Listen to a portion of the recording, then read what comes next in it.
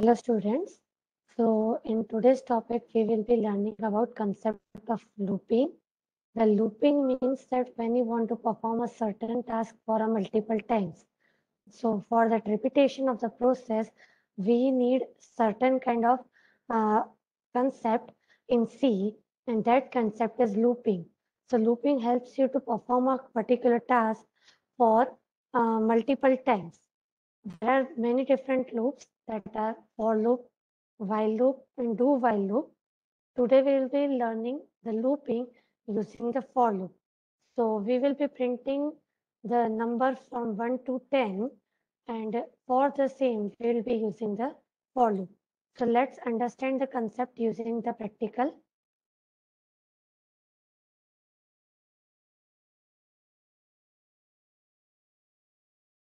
So in the file menu, we will be getting the new file. So we will be creating a new file in the file menu. What we want to do is we need to print 1 to 10 using for loop. So we are understanding the concept of loops using for loop. So there is a basic syntax of for loop that we need to remember. The syntax is for, we'll be using the for keyword in the bracket, initialization, then semicolon, condition, then semicolon, and last would be increment or decrement. Okay, so this is how the for loop works. And first phase is initialization, that from where you want to start your loop. So that is the phase of initialization. Then condition, that till how many iterations you want to move your loop. And increment or decrement is used for moving of the loop. So after for loop, there would be statements as and as, when and when the condition will be satisfied, these statements would be executed. So let's start with our program. Include stdio.h hash include conio.h. Okay. Void main,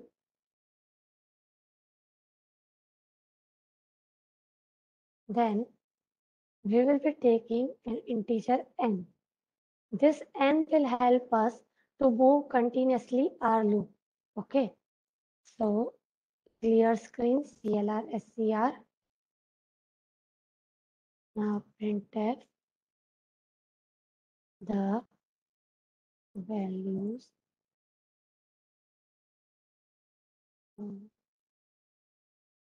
1 to 10 are. So we will be printing these values from 1 to 10. So that we have mentioned over here in the printf. Now we will be taking our for loop. In for loop, we will be initializing n from 1. So where our n's value is now 1, n should go less than or equal to 10.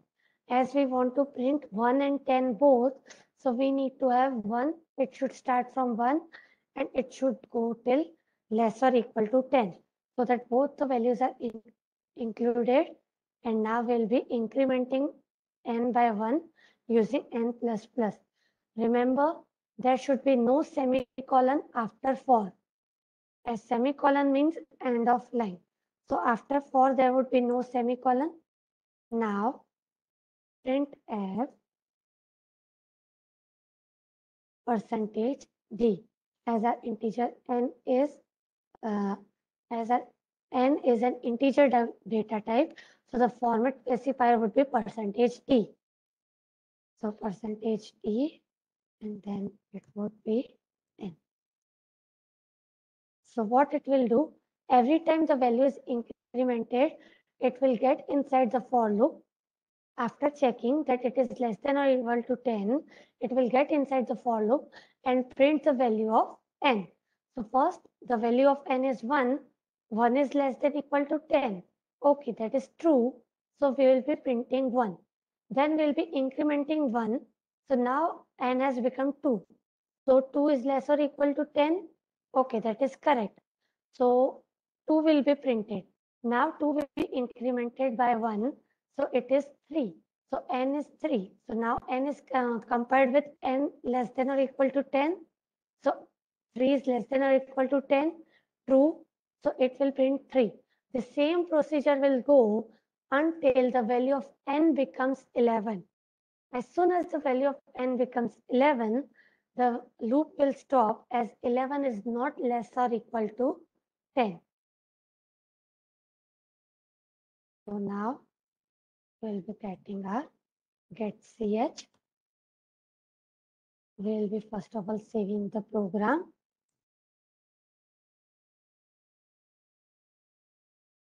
So it is a looping concept. We'll be compiling it first of all. So there are 0 errors. Now we'll be running it. So here we got our all the values from 1 to 10 printed on our screen. Always remember that the condition should be mentioned properly, as if our condition is not mentioned properly, we might enter into the infinite loop. So this is the concept of looping with the example of for loop. When you want to perform certain tasks repeatedly, the looping is the easiest option and the best option that you can perform. You can use any loop, that is for loop, while loop, or do while loop.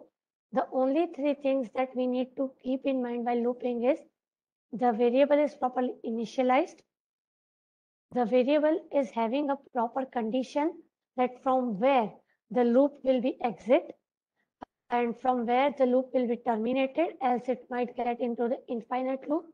And to move the loop, there should be a proper increment and decrement.